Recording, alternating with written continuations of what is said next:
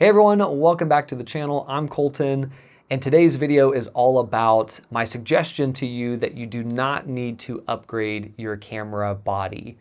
Now, this video is going to be specific to cameras because this is a photography channel, but this subject matter is really relevant to really anything, especially technology stuff. Should you upgrade your phone, your laptop, your car, I'm going to talk about cameras, but this can extend to all of those things as well. But this all kind of came up because I saw on YouTube a lot of content being suggested to me about camera gear reviews, things like, should you upgrade to the new da-da-da, or is the new da-da-da worth the upgrade?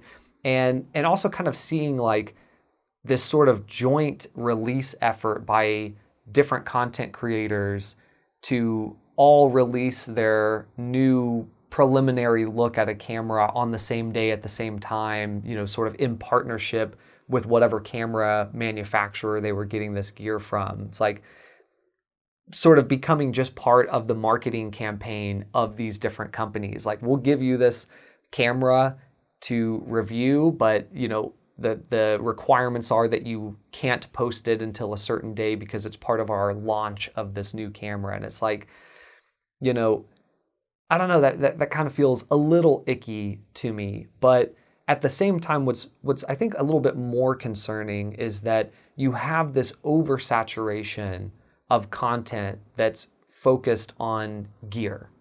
And the ultimate goal of that is to get you to spend money and buy more gear.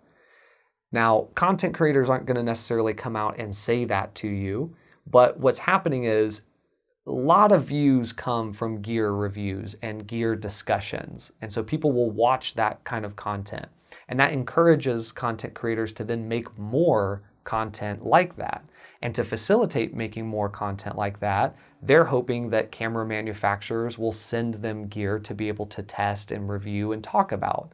And camera manufacturers want to do that because the more content about their camera, the more sales they're likely to make. So they want to provide content creators with that camera.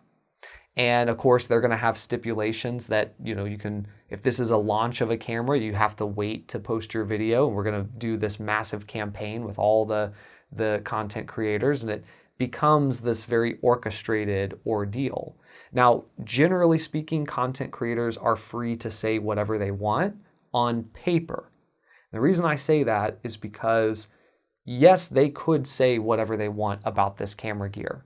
There is an inherent bias because they've received it for free, but generally they are able to say whatever they want. But consider this. If a content creator receives a piece of gear for free, does a review, and that review is overly negative, do you think that manufacturer is going to choose to send content to that content creator again? If they know, hey, this person's going to produce negative reviews, like if they just truly say, hey, this camera sucks, the manufacturer can simply just choose not to send them gear ever again, right? And if that content creator's channel is mostly about gear and that's how they're getting their reviews, they probably don't want to upset the people providing them with free content to make. So maybe they will say or call out, cons about the camera or negative aspects about the camera, but they may unknowingly or knowingly choose to kind of soften the negative stuff that they're saying so that they can still be true, they can still call out the negative stuff, but maybe do it in a way that feels kind of soft and doesn't really explore it too deeply because they don't want to upset the manufacturer who's giving them that free content. And I think beyond even that issue is just the fact that a lot of us are being bombarded with a lot of stuff about camera gear. And many of us are probably even seeking that content out. But what happens, I think, is that when you're constantly being exposed to camera gear information, especially when the videos are titled, should you upgrade to the new da-da-da? Is the upgrade to blah, blah, blah worth it? Things like that. You're being sort of put into the mindset that you should be thinking about these things and thinking about them in terms of whether they're worth upgrading to or not. If you were in a vacuum, you're just using your camera, you don't go on YouTube, you don't go on the different review sites, you wouldn't know what features you're missing out on. You would just keep shooting your camera and have no problems. But because you're aware of all these changes and all these features, you start to think, well, mine's really old, I should probably upgrade. And the untalked about fact is that if you do upgrade, you're unlikely to really see any change in image quality, right? Now, you might point to the spec sheet and say, Colton, look at all these improvements on the spec sheet. You know, the autofocus has, 456 focus points, whereas the old one had 425, and the ISO has been expanded, and the dynamic range is half a stop better, and you might point to all these things on the spec sheet, and yes, these are improvements to the camera, but these things are really actually pretty minor. They're not really going to dramatically improve image quality. If you're going from a point and shoot camera to an interchangeable lens camera, yeah, you're going to get your money's worth, and you're going to see a massive improvement, not just to image quality, but to your ability to control the settings of the camera, your ability to change the types of lens that you're using. So yeah, you're going to get your money's worth. But the law of diminishing returns is in heavy effect when you then go from that interchangeable lens camera that you just bought to one model newer. You're still going to have to pay probably hundreds or thousands of dollars because you're not going to get full price for your used camera. And typically the newer model is a little more expensive than the last model was.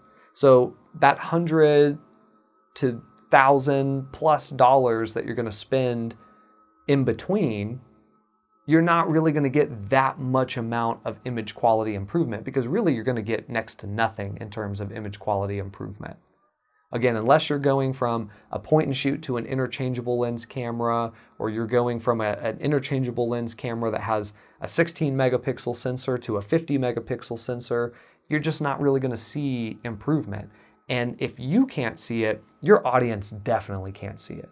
The people who are actually viewing your photos are not going to be able to tell the difference. And I've tested this. I've shot an image on an 8 megapixel camera and on a 40 megapixel camera, and I can't really see the difference. Now, yes, in the software, I can zoom in and pixel peep, and yeah, I can see a difference there. But when you print that image on an 8x10 or 11x14, they look virtually the same.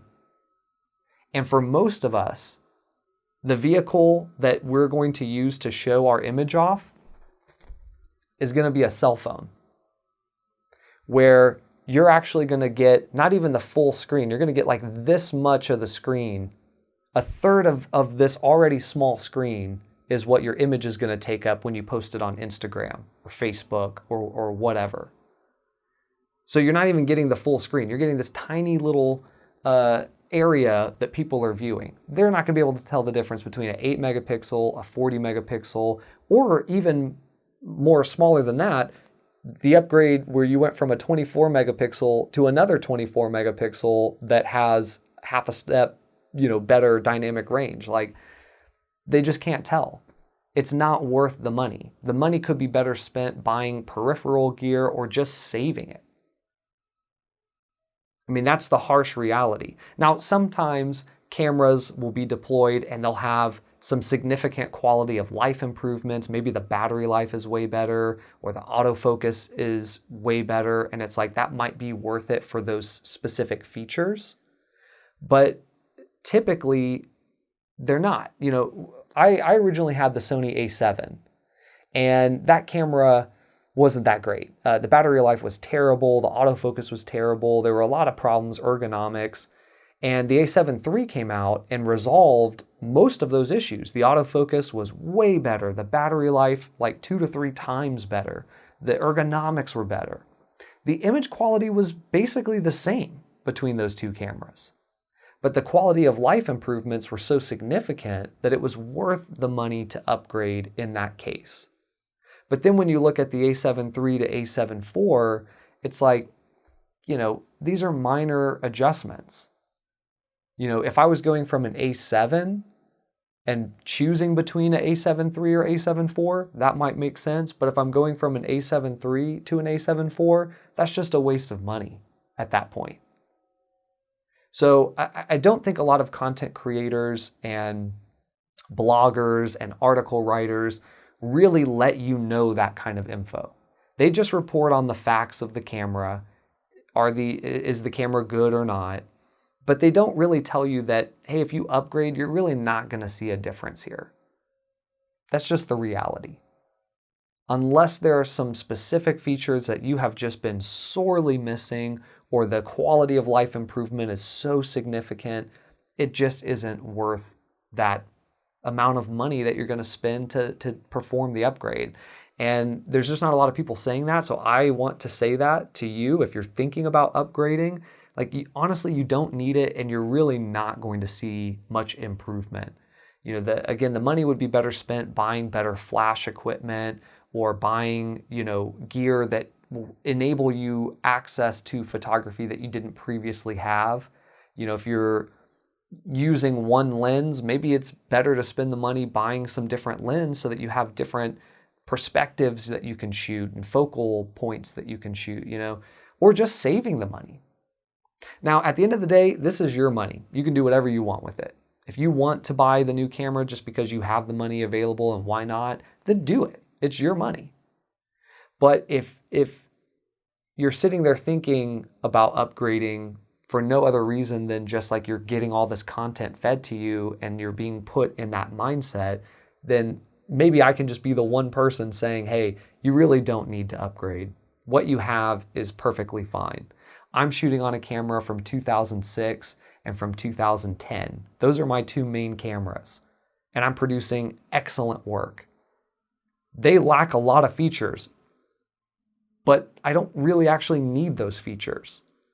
And those features don't really do much for me in terms of actual improvements to the image quality. So that's my opinion on upgrades, is really that you don't need them, and that you're being, really fed a lot of this content to get you to upgrade, but it's not really going to make a huge improvement. Hopefully I save you some money or time in sharing that opinion and also that just like state of reality with you. But if you have questions, if you have opinions on this, I know this could be a controversial subject, let me know in the comments below. Let's have a thoughtful discussion about it. But that is my opinion, is that you don't need to upgrade to the newest piece of gear that's out there. So if you enjoyed this video, do give me a thumbs up. And if you want to follow me on this photography journey, hit the subscribe button, and that'll keep you in the know for when the next video drops. But for now, I'm Colton. I'll see you in the next one.